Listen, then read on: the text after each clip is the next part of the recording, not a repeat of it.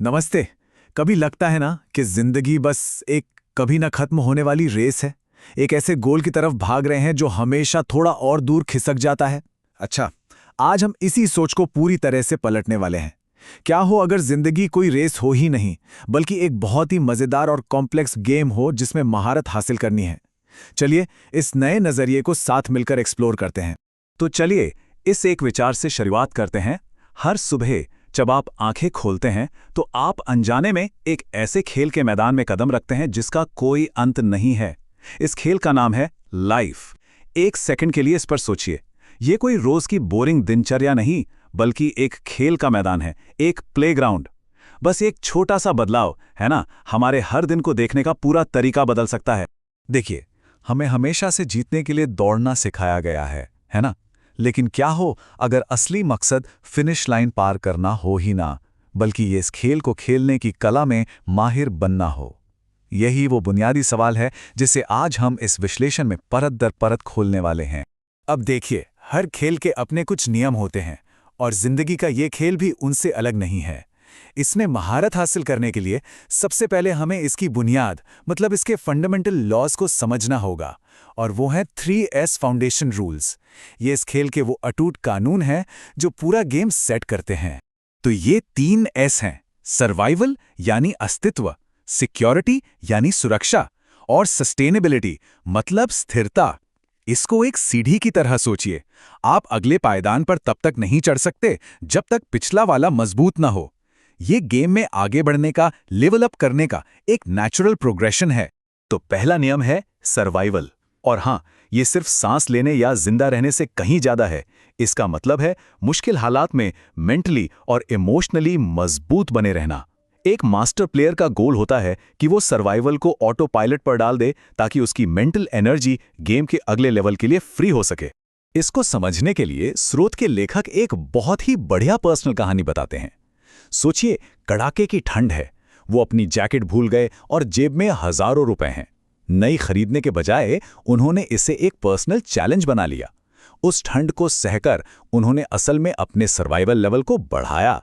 सब कुछ माइंडसेट का ही तो खेल है।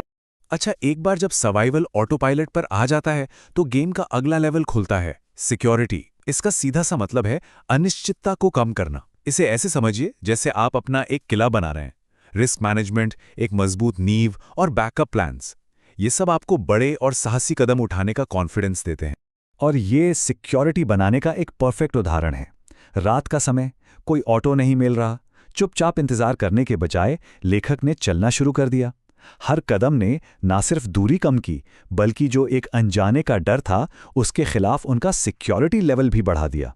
सिचुएशन पर कंट्रोल वापस ले लिया।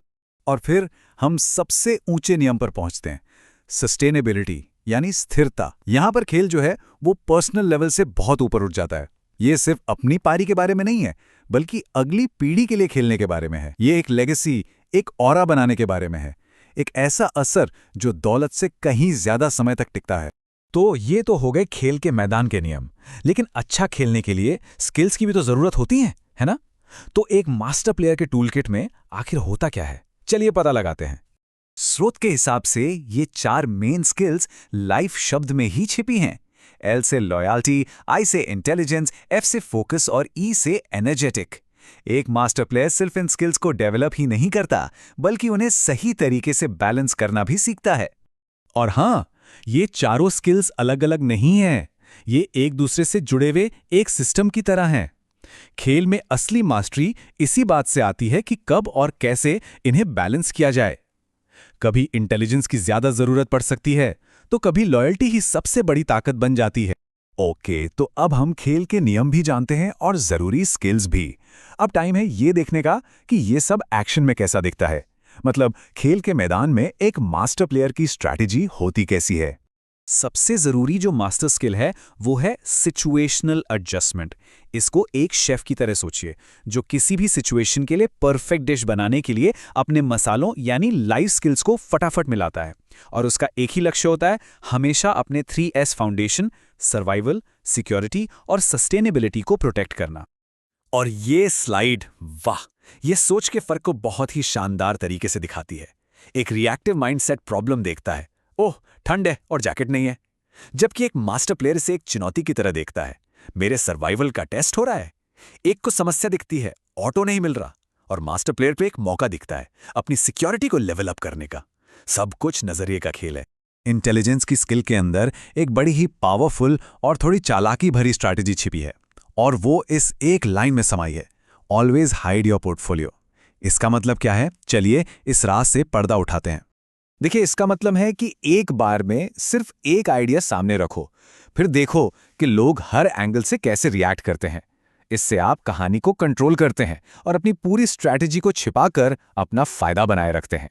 बिल्कुल इसी तरह फोकस और एनर्जेटिक स्किल्स की भी अपनी अपनी स्ट्रैटेजीज हैं। फोकस के लिए एक तरीका है टाइम ब्लॉक शील्डिंग, जो आपके काम, घर और सोशल लाइफ के बीच मेंटल दीवारें बनाता है ताकि कोई एक दूसरे को डिस्टर्ब ना करे।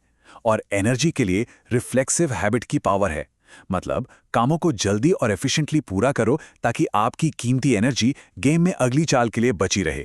तो ठीक है, हमने नियम समझ लिए, स्किल्स में महारत हासिल कर ली और स्ट्रैटेजी भी सीख लें, लेकिन इन सब का असली मकसद क्या है?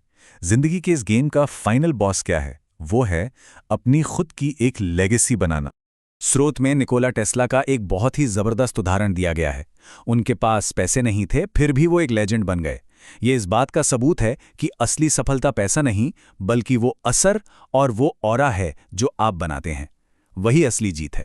तो संक्षेप में कहें तो एक मास्टर प्लेयर का अल्टीमेट गोल होता है जिंदगी का एक ऐसा फलसफा और स्ट्रैटेजी का एक ऐसा सेट तैयार करना जो आने वाली पीढ़ियों को इंस्पायर कर सके। ये दूसरों के लिए एक प्लेबुक छोड़ने जैसा है, ताकि वो इस खेल को और भी बेहतर तरीके से खेल सकें।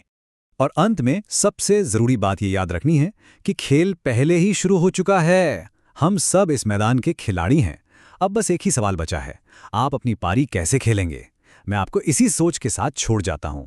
साथ जुड़ने के लिए बहुत बहुत धन्यवाद।